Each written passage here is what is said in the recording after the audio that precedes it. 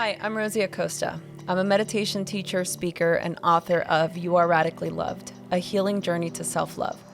Look, I grew up in East Los Angeles during the '92 LA riots, and it set me on a troubled path. I didn't grow up with mentors in my life, so I turned to reading as many books as I possibly could to learn about the purpose of life. In my journey, I found that having these conversations gave me life, and I decided I wanted to create a place where I could share these conversations with my community. So come have a sit with me as we learn about, well, everything. Hello, everybody. Welcome back to another episode of Radically Loved. I'm joined today by two of my favorite people. JD Cargill from ModPod Studio. And Torry Pendergrass. Torry Pendergrass. The man behind the legend. I mean, it's so funny, too, to like, I'm thinking about the last time we were here. That was our first ModPod episode that we recorded. Do you remember? Yes, I remember. I was here. It was about a year ago that we did A year that. ago? It was October. Wait, when you and I recorded your very first episode, or the one where I was a guest on your show? No, remember when Torry and I did our relationship interview? Yes, I do remember that. Wasn't that the first episode we did? Yes, that was the very first episode you did. Yeah, he was sitting here, and actually this wall used to be really green. I remember the shot. Yes. And that's right. That was our very first one. That was October 2020. Wow. And now it is 2022. Woo. So much has happened since then, guys. The news of the world, go. A lot. Hi, in the Rainbow Press today. That's the gay news. That's what I like to tell everybody about. That's a segment on our show. We'll pitch that later. But this is about Rosie's show. So, Rosie, thank you so much for having me on your show. Yes. Again. I love you, Thank you to the moon and back. I cannot say that enough. Of course I do. Everybody knows. And Torry, you are Rosie's partner. So, I was kidding. The extraordinary Torry, who is truly one of my best friends. One of the best things about you, Torry, is you are the most, in my opinion, talented person who doesn't go around talking about it. But you discover after a while of knowing him that he's got a lot of gifts, from writing to fashion and design. Well, thank you very much. Yes, I like yes. I really enjoy him and you, and both of you. So for people at home, we met, a couple of decades ago. Just briefly, I'm going to say the funny part, which is when I first met you. You guys have been together, what, like 18 years now? Yeah, 20 years? Going to be 19 so in April. I probably met you guys around year like 3 or so. And I remember thinking, oh, that's not going to last. Oh, she's a handful, Mr. Torry. It's true. She is a strong woman. I don't know. No, that I love strength in women, of course, but they tend to like. You know how you never see Dolly Parton's husband, like ever. Yeah. Oh, yeah. Yeah. I've never. She's been married for like 60 years. Oh my goodness, I've never even thought about that. That's so true. Sometimes when you're such a star in the relationship, it's hard for both people to shine. But in yours, it works. It does. Yeah. You know what's interesting is that the first couple of years of our relationship, it was very much the Torry show. Mm-hmm. And I do remember that being, I don't know that it was ever a source of contention for us, but it was very much, I was Torry's girlfriend, you know? Right. And I remember that being a little bit of a thing for me, and that I had never cared or noticed, but I think that it actually helped fuel my desire to make my own way. And it's great because I have a partner who supports that, and he's always been very much a fan of me doing that for myself. Oh, fully. I mean, what I'm curious. Look, I'll just jump an interview role here. Torry, when you hear that, what do you think? Oh, absolutely. I've always been totally supportive of whatever endeavor she wanted to get into, and supportive of just her wanting to shine. But specifically, how did it feel when you knew that part of her motivation was, my identity is more than just Torry's girlfriend? I don't think he's ever known that. Oh yeah, I don't think I wasn't aware of it. Oh, okay. At that time, she's I think since said it, but yeah, I don't actually really know. It's good. Whatever drives you, whatever motivates you, whatever gets you across the goal is a good thing, in my opinion. Yeah, I agree. I think communication is always key, and so is being inspired by the person that you're with. You know, we've talked about this before, and I think the reason why I wanted to have this conversation with both of you today is because I was thinking about the creative process and creative people in my life. And I know that when we talked about your path and your journey, how you had to be creative with how you pivoted your career during a really difficult time, and the sort of grit that took and the courage that took for you in that really difficult moment. And I know that everybody goes through a difficult time, and we all have to wade water as we do, but you specifically, the way that you're able to always look at things with the half glass, what is it? The cup. The glass is half full. Glass is half full. Yeah. Sorry, my little Spanish accent. Yeah, in there. I'm an optimistic person. Yeah, you're a very optimistic person, and so is Torry. And Torry and I were having this conversation a couple of nights ago, because he's the same way. He's the creative that can just get a task and see it, and then just create this thing physically, with his hands. I mean, it's what he does for a living. But I'm just always so curious as to the driving force behind that. Like, what is it that creates that creativity? I see it as creativity, right? Like, in order to get yourself out of a situation, there has to be a creative thought.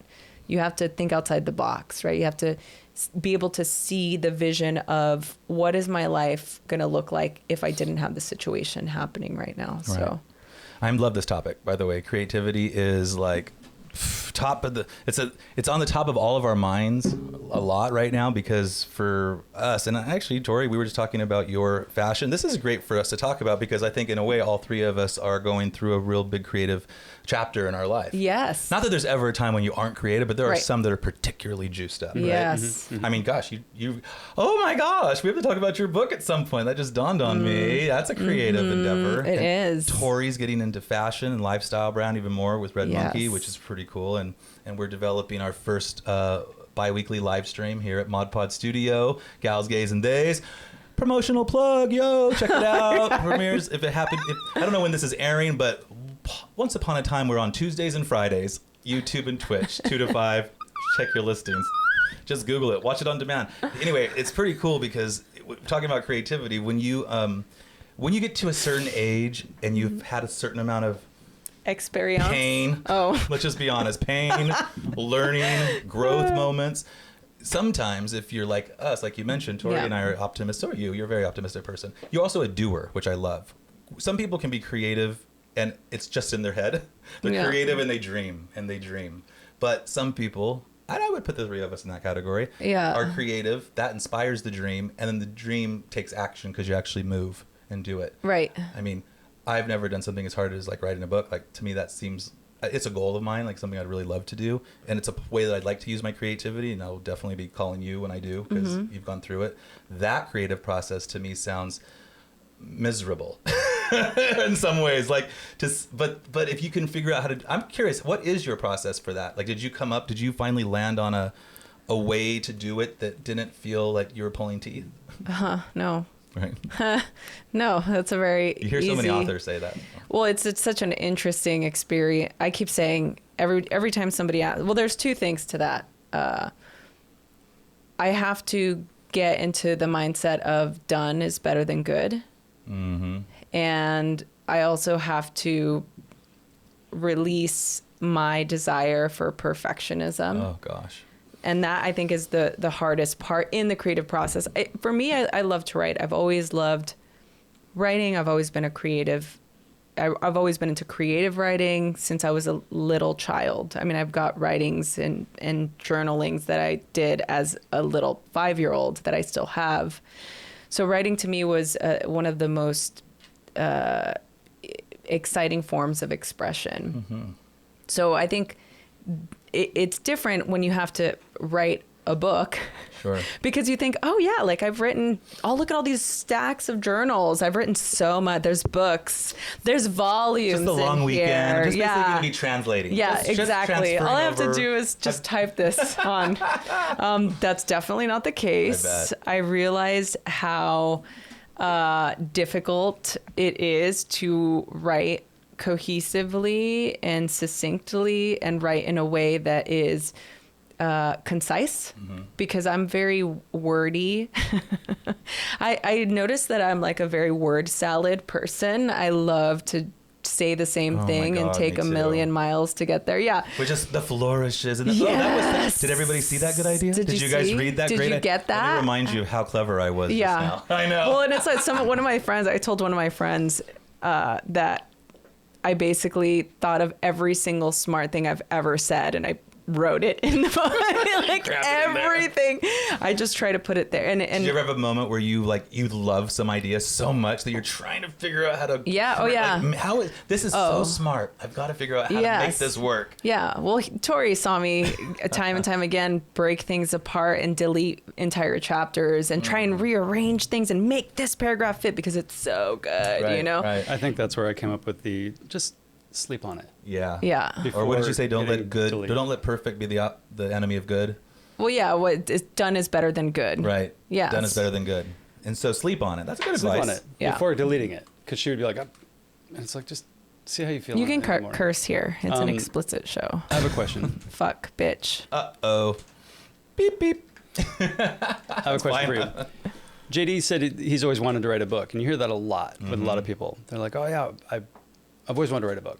Let me clarify. I don't just want to write a book. I'm going to write a book. You're going to write a book. Boom. And Angelica, my psychic, told me. Okay. So and just so you know, it's a fact. It's not just like an idea. Like you that will do it. And then those that, you know, the idea, thinking about the idea is more fun than actually making the idea come to fruition. Yes. What made you decide to actually write your book? Like where was that moment, that aha moment where you went, you know what? This needs to be a book. That's such a great, honey. You're asking me a question. Hello. I mean, That's why I'm here. Creative. Yeah. Yeah. I think that you know this.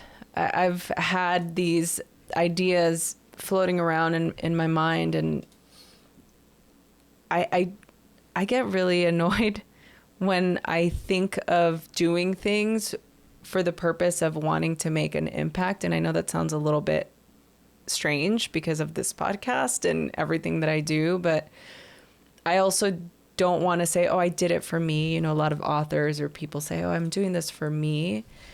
In a way, both of those are true, and then both of those are not fully the truth. It's multi-leveled. I mean, sometimes there's more than one answer. Yeah. You do it for a lot of reasons, right? Yeah, and I think one of the main reason for me in the beginning was, I wanted to get a message out to the world. I want to help. You know, I want to contribute. I want to make a difference. But in the process of doing that, I realized that the only way to actually make a difference is to yourself grow and change and make that difference. So essentially, I wrote the book that I needed to read for myself. Mm-hmm. Mm-hmm. And so when that started to happen, that's when I realized, okay, you can release the attachment to this, because if I was reading this from somebody else, I would never critique a chapter title. I would never critique a sentence or the way a story can come off, or I would read something and honor it. You know, I've never read anything that you've written and been like, oh, this could have been better, or this sentence is too wordy, or it just, you get the transmission. And I think that's part of the letting go of that perfectionism, because I did absolutely go through every single sentence and try and break it down and weigh it in a way that was very unkind. Mm-hmm. I don't want to say criticize, but there's another word I'm looking for, but it was a very good exercise for me to go through each sentence and ask myself if it was true. And that was more important than the grammar or than how am I going to sound or whatever. It's like, is this sentence true? Yes or no? Next sentence. Is this sentence true? One of my favorite school teachers growing up taught us that if you ever get writer's block or you get stuck, stop trying to write the perfect sentence and just write down whatever's in your head. I'm trying to write the sentence about, this, and then worry about, crafting it later. Excuse me. Can I ask a couple of questions about this? Of because course. I'm really curious, and Yeah. maybe for my own selfish reasons. I'm sure I'm like Do everybody it. else. I have like 3 at least. What was the process that got the attention of your publisher that got you the deal in the first place? And then I'm also curious whether you've done an audio thing and what that went like, because I love media. So, and then why didn't you record it here if you did? And then, because I own a studio, you're my best friend. So, and then the third question I'm going to save because it's a little provocative and I don't want to throw you off. Okay, so the first question was... What was the process that got, like you said, Torry asked you, like, why you finally did it? Oh, yeah. Yeah. We all want to, but you had to get a publisher Yeah, to do so it. it's funny because I just had a couple of weeks ago, or maybe it's been over a month, those of you that are listening or watching the podcast, I did do a Wisdom Wednesday episode with Tessa talking about how this actually came to fruition. I talk about the naivete of my own desire. I had just gone to see a psychic, my psychic, Suzanne Jacques. Do you remember? We went to go see, we had a psychic. Tori's like, we did. I got him a psychic reading. He would have never gone on his own. It was a gift for him. And we'll make Torry a believer. Yeah, totally. I've been trying my whole life. Good luck. Yeah. But I went to the psychic, and she basically, I'm giving you the long and short of your the longer question. the better. So we need a little ding. I don't know. I just like good stories. That's all. What are you talking about? Oh my God. Okay. Anyway, so the psychic, I was talking about this idea, and she said, "Oh, you should write a book." And I said, "That is a great idea. I do have a book in me at some point somewhere in this brain." And she told me about the Willamette Writers Conference that was happening that weekend or the following day, and that she was going to be doing a speaking workshop, and that Torry and I should go because Torry was getting really into screenwriting, and we were both really into this creative process of writing. So we thought it would be a really great idea. And so I came home that night, and I'm like, well, what do you need? What do you need to pitch yourself? There was going to be a lot of agents there, and they had these sort of round robin pitch meetings that you can pay like $25 or $35 for, and sit and pitch yourself to these agents. And then if they liked you, then, you can give them your proposal or maybe show up with the proposal. So I went home and I Googled, what do you need to pitch to get an agent? It's like, you need a book proposal, you need da-da-da. And I'm like, that's easy. Table of contents, no big deal. And so it was interesting because Torry and I were in a not great financial position. So like all of these pitch meetings, they cost money, and so we were, we both weren't going to be able to go. And I did go into detail in the podcast that I recorded with Tessa, but like the sort of issue there and how difficult that was for us. So we cut to me pulling an all-nighter, and I do air quotes because all-nighter for me means staying up till 11 o'clock at night. Writing. Because you get up like at 3:30 in the morning, right? Right. Well, not that early anymore, but yeah, I wake up early and I love to sleep. So I wrote my table of contents and a summary of what I thought. Well, first of all, I got a bunch of books that I loved, and I just copied essentially copied the structure. What I would do. Do you know what I'm saying? You don't have to reinvent the wheel. Exactly. So the next day we basically go, and again, I'm giving you the shortened version. I'll link the actual full story in the show notes so you can listen to it there. But cut to, we go to this conference. I sit down, my first pitch meeting, and I am so pumped. Yeah, I'm pumped. I'm excited. You're about to enlighten this person. Yes. About to bring them this magic. I am so into what I've just hours before come up with, that this is going to be the next bestseller. This is going to be the thing. And, I show up in my mala beads, and I'm just like ready to be selling the full fantasy, the full experience, yoga, meditation, guru fantasy. Totally. So I sit down. Is that patchouli in the air? And Torrey's face, he's like, he knows exactly what's coming because I was gutted. So I sit down with this woman, very Anna Wintour, total East Coast, with a bob and the Yves Saint Laurent jacket and just very agent New York. And I sit down and she's like, okay, well, what's your, who are you? Like, what are you pitching? And then I'm like, I'm Rosie Acosta. I'm a yoga and meditation teacher. I'm from East Los Angeles. I live in Portland now. And she's just kind of like looking at me and completely just unreactive, unfazed, unimpressed. And then I'm noticing that she's having a zero interaction with my overtly... Your keen instinct for people's back channeling and nonverbal cues told you this woman is either sleeping or completely uninterested, thinking about her next vacation. Right. So then she goes, well, show me your book proposal. So then I pull it out and it's literally 2 pages, not even front and back. They're stapled together by an extra staple from one of Torry's orders because we were out of staples that day. So it's stapled together and she picks it up by the corner and literally lifts it up like this. Are you joking me? I'm not kidding. For the people listening on a podcast, she's holding a pinched thumb and index finger. Like, this is what you brought into me? Delicately. Thank you for this. Let's go through and it. I just, in that moment, my heart sank and I was just gutted. I was just so devastated. I'm like, oh God, like this is a bigger deal than this. This is not going to go the way I thought it was going to go. At all. And I was really discouraged. And I came out to the lobby and Torry was there and he's like, how did it go? And I was like, not good. It was just not good. And I had 2 other meetings, one of which the second one didn't end up showing up. And then the third one actually ended up being very sweet. Caitlin Ketchum, I'm always going to give her a shout out. She was at 10 Speed Press. She's an editor and actually has worked with 2 author friends that I know. And she really just kind of told me. She kept it real? She kept it real. And she's like, listen. She's like, first of all, stop being cute. We don't do cute. Right. Give me this document. She basically told me what to do. She's like, this is not a book proposal. And she's like, do me a favor, do this.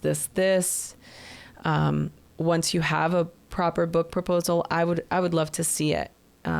Here's my card and let's keep in touch. And I was like, okay. And then I do the whole deep dive of like, man, what a book proposal is. And it's like the 65-page. Sure. It's a version of the book. It is a version of the book, sample chapters. And it's like essentially, I went to school for business, right? It's a business proposal, you know? And at the time, I didn't have a platform. I didn't have anything really that I could offer a publisher to want to publish me. You know, I just started my blog. Like there was no podcast yet or anything. There was no podcast. It was very just the bare that's how long bones. ago this process started? Yeah. Oh, okay. That shines a light on things. Oh, yeah. We were up in Portland. So this was like over a decade ago. So 10 years ago. So when people ask how long the process was, I always say it started 10 years ago. True story. Yeah. I mean, it takes a while. Yeah. Probably the first time is the hardest too. Yeah. When the writing of the actual book, though, it took about a year, I would say maybe 8 months to write the actual book during the pandemic, which was another interesting extravaganza. But yeah, like the whole from inception to really learning. I mean, we're talking nothing. I had no clue. Now there's YouTube videos you can watch. There's courses you can take. There's all kinds of different. I mean, I've got a writing coach now, Jeannie, our little like writing godmother. Yeah. So there is. It was a process. It was a long way of answering your question. No, but all things are, right? I mean, anything, you were so motivated and determined to get it done that as difficult as the process was, you managed through it. Do you ever look back on your life? Torry, you can tell me this too, because you're a creator. We can talk about the fashion. I'm a huge fan of your sense of style. If anybody doesn't know that. Oh yeah, he's an Everybody icon. doesn't know that, but he's an icon. Always looking good, always looking tight. Always.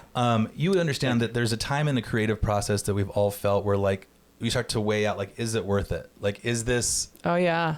Like, effort? Is this, and for the way I see it is it's the only thing I can do. Like, I don't know what else I would do if I wasn't in media and the arts and being creative. Do you guys ever feel like that with your own processes, that you'd actually, even a better question, because we want your podcast to be about helpful information for the listeners. Yeah. When you inevitably hit that moment, what do you do to get yourself back in the right, like, you know, frame of mind to finish the project? How do you motivate yourself to finish, to take action when every single cell in your body is saying quit? Yeah. Oh, such a great question. I'd love to hear your answer as well. I will answer that question. Let's hear Torry. Torry, you go first. Well, it kind of keys back to what she was saying. I was always inspired by lack of knowledge because I didn't go to school for design or any of that. So lack of knowledge inspires me. So it was always that was the first step in the process of learning to do whatever I needed to do. Get curiosity. Like, you were curious about the things that you lack knowledge in. Yeah. And so, you know, that's what happened with her. She got the seed of the idea, and then she, you know, went with it. Happened to have somebody who gave her a little nudge, which if that woman hadn't done that, who knows? You know, were you motivated enough to self-publish at that point? Don't know. You know what I mean? Did that book absolutely have to come out? We'll never know, because it went in a different direction. But for me, when I come into the crux of whatever it is, usually just kind of power through it or move on to something else, you know, and inevitably that spark that was in there will reignite at some point randomly. Could be in the shower, it could be driving, and it's like, oh, I mean, I just started doing jackets. I've talked about doing stuff forever, and whether it's financial or, you know, whatever, there's been plenty of roadblocks, but when you finally decide to make it happen, you have to see it through. Right. And you know, this is a passion for you that you've worked at for years, you know, fashion and leather working and belts and guitar straps. Mm-hmm. And you've had a huge success at it. And then wanting to expand it means, to me, I see that as like, that's part of the creative burden, is that you can never be okay with just what is. It's always thinking, what else can I do? And then if you're like me, you have great ideas and then a really nasty case of procrastination. So my trick has been to just stop thinking. In fact, I'm studying a lot about that right now, that getting out of my own way. Like, I feel like sometimes the things you're pushing to do, you're making it so hard to do it. And then another trick, since I'm going to answer the question since you asked me what my answer was, and then I'll ask you. Perfect. Is how do I do things in a different way? That am I forcing myself to try to accomplish this goal in this broad way that I think it's supposed to be done versus how I know I could get it done? The example would be, so I am starting to work on the book that I've been inspired by you to write. Just the fact that you did it tells me that I feel like I can do it. Not because I can do anything Rosie can do, but because I love you. You did it. I believed you could do it. And I was like, I could do it. If Rosie can do it, I can do it. And so, but I can't just sit down and write. I could type, but even that, my thoughts move faster than my hands can.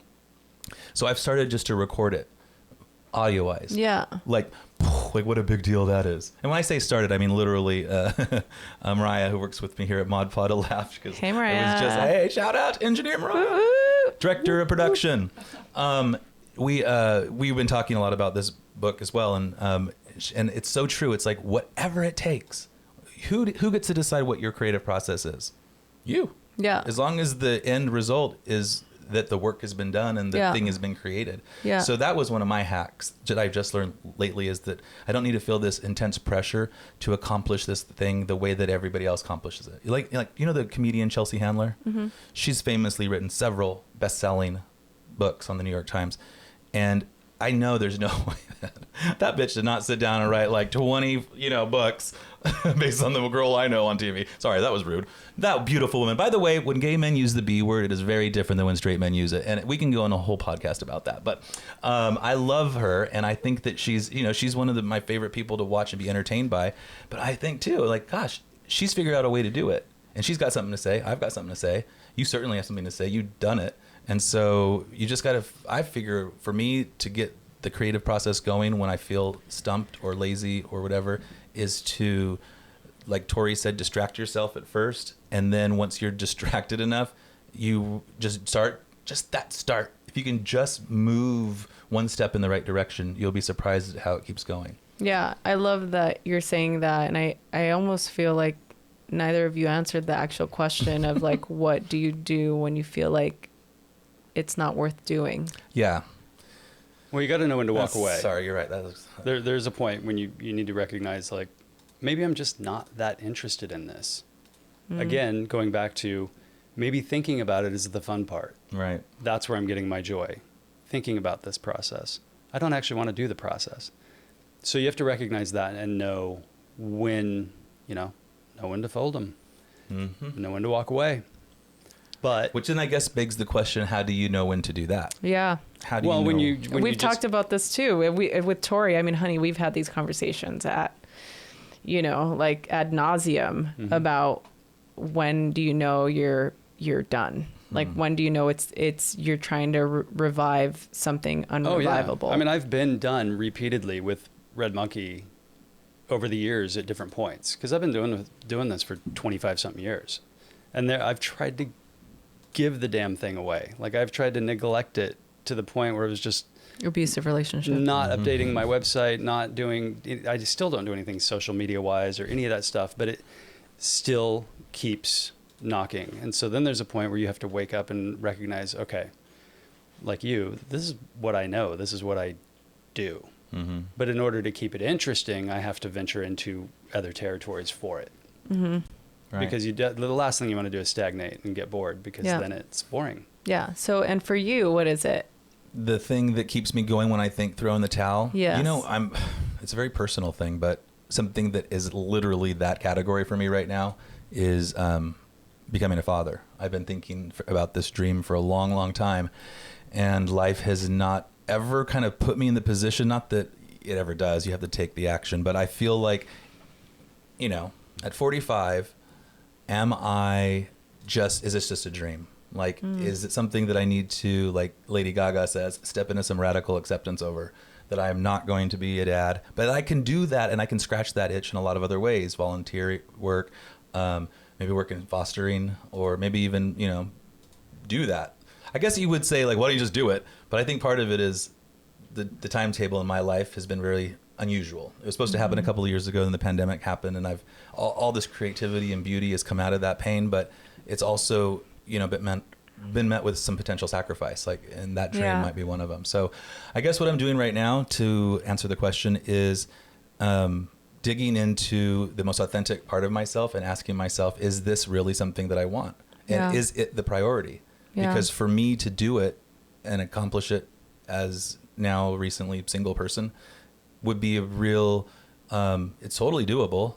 And I just would need to probably make some really significant life changes to accommodate it, which is worth it for family. But I still am just trying to make sure that it is authentic, that it's not just me trying to check off a box on life's checklist, that I'm supposed to want to be a dad because I'm a man and I'm successful, and I'm, not that I'm not successful. I'm just saying, like, why am I going to look back on my life someday and think, oh, I'm glad I didn't have kids? I don't think so. I mean, maybe.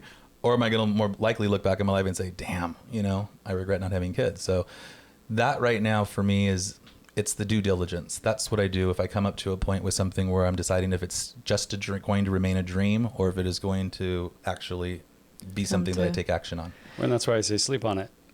Because tomorrow you may have just gotten done watching a rom-com and you're like, right, oh my God, I totally want kids. And then tomorrow you wake up and you're like, oh, my life's great. I don't want kids right now in this moment, But again, if you wanted them, going back to what I was saying, what's dreamier, the thought or the reality? Because if you really want something, any of us, we're hustlers in the way that if there's anything that we really want, if you want those new jeans or those new shoes or you'll find a way to make it happen. You will save your pennies and make it happen. That's part of the reason why I've been questioning this. Like what you're saying is because I've been so effective in making things happen. Yeah. So why hasn't this happened if it's something I want? And is that my soul telling me, look, you would have done this if this was really the thing? Yeah. But I also think as men, sometimes we don't have the wisdom that women do for our, to know, to have that overwhelming feeling. I feel it's more like, I see the relationship I have with my mom. I see the relationship my ex has with his mom, and I want that. I want that as a older person with an adult child. But is it pie in the sky to think that, you know, I'm going to be able to do everything it takes to do that now? I mean, I've known single women that have adopted kids on their own. That was, they wanted a child, and that's what they did. And they made it happen. Sure. And it's, you know, it wasn't easy, but they made it happen. So you just have to. So you're saying if I had really wanted it, I'd have made it happen. Or you I don't will. know. I don't. How old is too old to be a will. dad? Can you guys just tell me that? You're never too old. You're never too old to be a dad. And the thing is, like, I think this is where sort of the feminine perspective can come in, because I know you. And I, obviously it's like we're recording a podcast right now. This can be an outside conversation we can have. But the reality is, what I heard you say is that you want that relationship. You want that connection with a child, a family, and you've wanted to be a dad for forever, since I've known you. I mean, since we've talked about this has been a desire that you've had for a long time. And I don't know that you should. I hate shitting on people. I don't know that. Did you say shoulding? Yeah, hate shitting on I hate people. shitting I on love people. that. My therapist says it all the time too. Yeah, it would better serve. What if we use the word better serve than should? Better serve, or and instead of right. And this would be a great idea. And perhaps at the forefront of your mind, fathering yourself for a while would be a good exercise. Oh, I love that. That was well said. That is, it triggered. You just saying that gave me goosebumps. Because the truth is that is where I happen to be in this journey. But this is not therapy. This is about the creative process. I was simply relating one of the issues in my life that I am thinking about.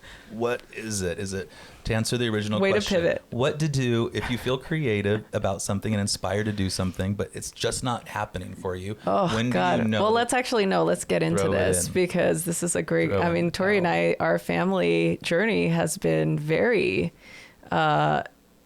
tenuous, and we've gone through a lot. It's a creative way of being able to look at a situation and decide, like, you know, maybe it's just not in the cards. And if it is, like, you get to make your own destiny. You know, you do get to decide when something happens and when something doesn't happen. Something we've been talking a lot about on the show is not thinking things as binary.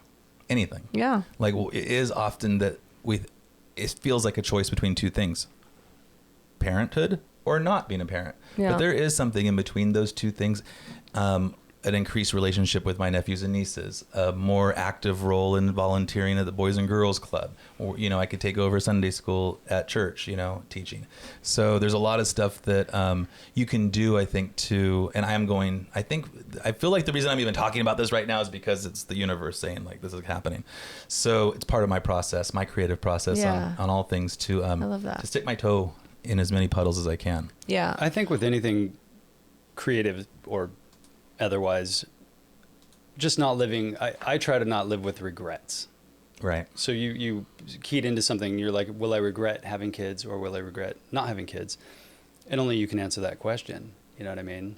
So when it's a really big thing, I'll be like, will I regret not having gone to that concert? And it's like, no, you know? And so when, I hate to say it, but when all of our iconic rock stars are, you know, when they're passing on, and it's like, I never got to see them live because I'm such a big music guy. It's like, well, that's okay. I don't have a regret there, you know? Interesting. But if it would be a regrettable moment, then take action. So fatherhood, or did I miss that concert? Yeah. It's or flip a coin. Same Welcome thing. To my life. I'm just playing. Torry, I love you, man. You're the best. I hope people that are listening to this realize that we are very, very long time friends. And so there's a lot of history here that is at play. And I have to say, I love it. These are my favorite kind of podcasts to listen to. He also is like a king of pivoting, JD. Yes. And he's good at keeping us on point, and I think he's just like super talented. So, speaking of pivoting, JD. He does the good. I'll do the call out. He does a good pivot. You're going back to your book. That would have been a regrettable moment had you not fulfilled that itch. Scratched that itch. Yeah, we've talked about that in the past too. That was definitely an itch I needed to scratch, and I found that one of the other things that I was going to say, and I feel like I've talked about this. I was interviewed, and I'm sure I've talked about this at some point, but the biggest question I get from people is, are you so proud? Are you so proud? And it always gives me pause, because obviously, like, I have that recovering Catholic syndrome where I know that pride is a sin, and I feel like it's bad to be prideful. But at the same time, it's like, I don't know that that's the right word of what I feel. I feel complete. I feel accomplished. I feel like this is something that got channeled out, and I feel like that, for lack of a better word, chapter is complete. When you saw it through. And I saw it through, and I started, and I was able to start and finish something. Yeah. And yes, we did record an audiobook, and I'm sorry we didn't do it here. I'm just kidding. You know that. It wasn't. We've never recorded an audiobook before. I did actually try. It wasn't my choice, but I did try and get ModPod in there. Oh, well, I never told you that, but you know what I mean. We're here for your next, once this one hits the bestsellers list, and they commission however many more in the series.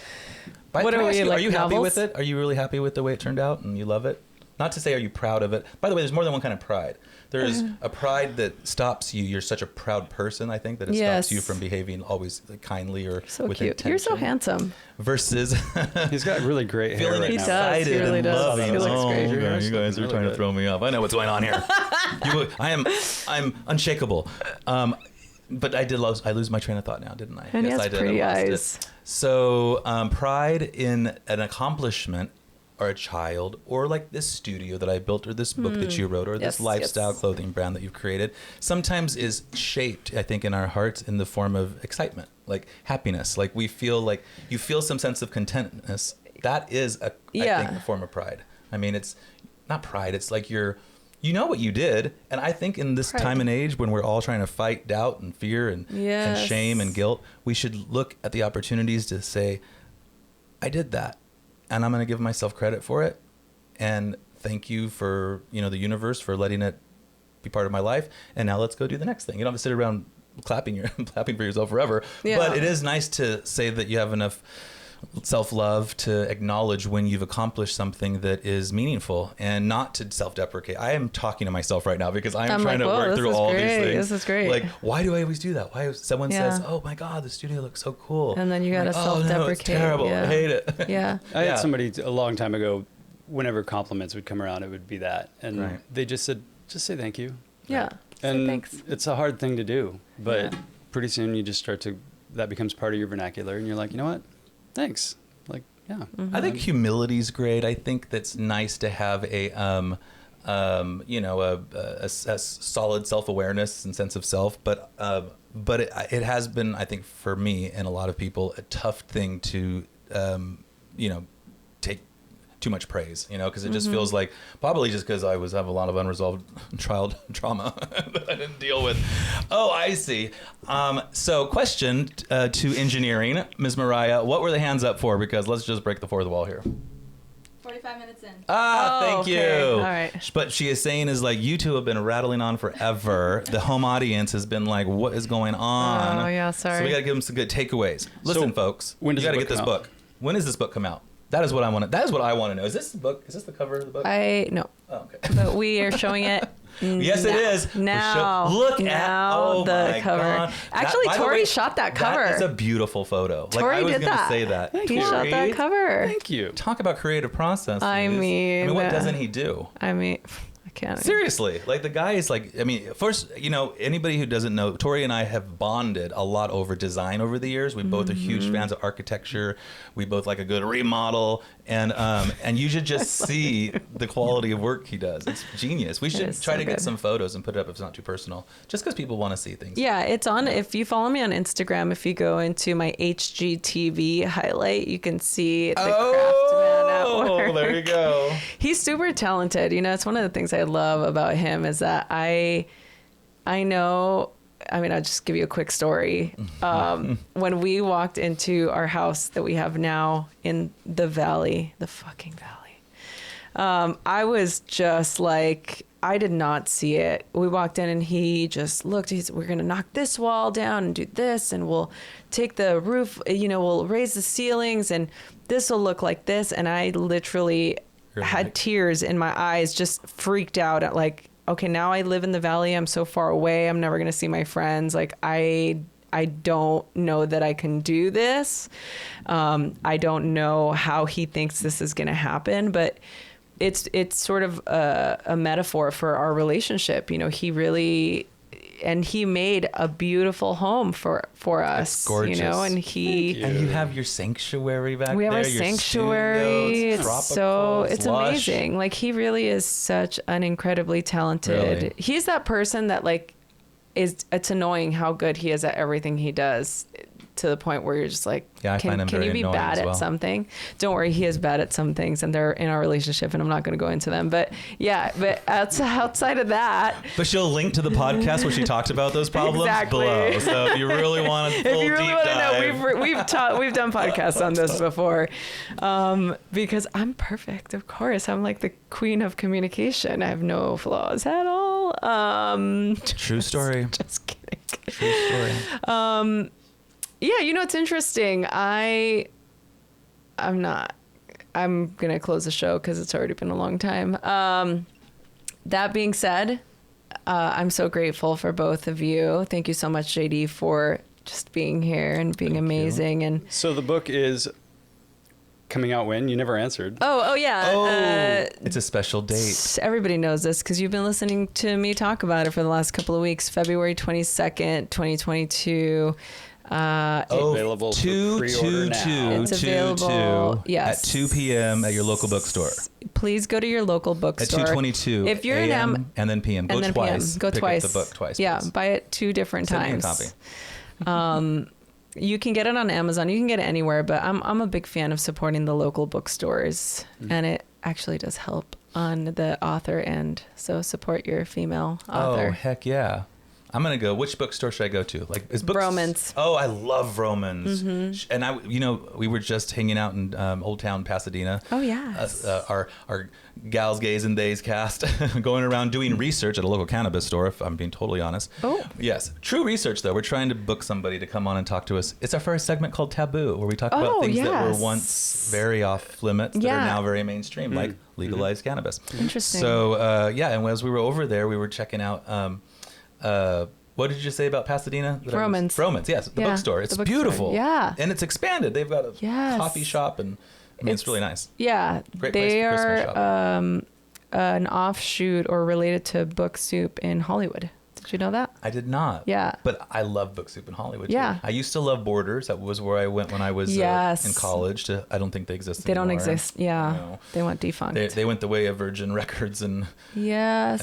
Tower Records and Blockbuster. Oh my God, Blockbuster. Do you remember? I mean, this is the thing that I feel sad about, like the youth of today. You don't get to experience what it's like being excited and going to the Blockbuster. I mean, the trip to the video store was the highlight of my week. I mean, the highlight. Yeah, me too. As a child, to be able to see and pretend like you're very cultured by turning the packaging around and reading what it's about, when it's like you just wanted to see the pictures on there, I've loved all of her work, yes. And the original American Pie. Yeah. No, but it does. You're so funny. But it does make a difference having that tactile experience, I think, that we're missing now. But that's for another day. Anyway, I'm a big fan of books, actual books. I love to hold books and read books. So if you want to learn more about yourself, I mean, really the book is an invitation for you to take your own journey and to do some self-inquiry. So it is a very much how to journey to your inner self. The book is called You Are Radically Loved.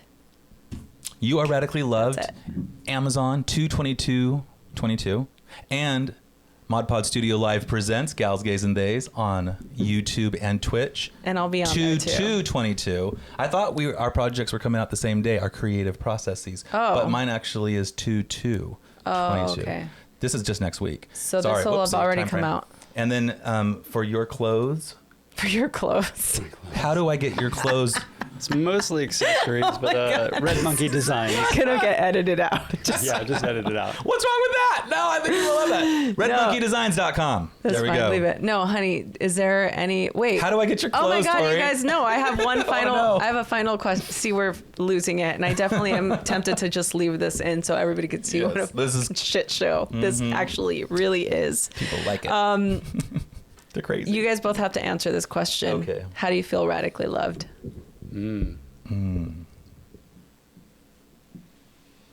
I'll let you go first. Oh, damn it. The truth is, I love this question when we record your podcast because everyone's answers really are it's a way to get to know someone's heart, like how they answer this question. I am going to be super honest, and I feel radically loved in this last very recent chapter of my life, very recent, like a week, by myself. I love myself radically, and I've turned over a leaf. Something has changed. Something has changed within me. I think that's from Wicked. If you didn't know, it was gay before, you know now. So that's how I feel radically loved. I really do. I'm loving myself. Like I not in a I love myself, look at me kind of way, but actually in a way that's letting me let go of a bunch of that stuff. Yeah. Like the more you love yourself, the less you try. I've noticed. Torry, please take this wheel so I can stop talking. Torry, how do you feel radically loved? I don't know if you guys can see, but I feel radically loved by this little bean right here. Give that bitch some airtime. She That's the true use of that word, by the way. has just kept me comfy. Oh, did you hear? This whole time we kept each other relaxed over here. She's a lover. Yeah. That's Lucy for people listening. A tiny little Lucy. 4.5 pound, scrappy little looking dog. She is half Chihuahua, half terrier, half Shih Tzu. half a lot of things. You piss her off and she'll take your arm off in a heartbeat. So Look at her. Look at her. Aw. yeah. All right. Thank you so much for listening and watching this epic video from the ModPod studio. I'm so grateful that you're here. Please don't forget to subscribe, rate, and review wherever you get your podcasts. We love you. Bye. I love you. Bye. Thank you so much for listening to the Radically Loved podcast. Please remember to subscribe, rate, and review wherever you get your podcast, and follow us on Facebook at Radically Loved Rosie, on Instagram at Rosie Acosta, and Twitter at Rosie Acosta. By the way, this is original music by DJ Taz Rashid. You can follow DJ Taz on Spotify and check out the best music for yoga and meditation. This has been a ModPod Studio production. Check them out at www.modpodstudio.com.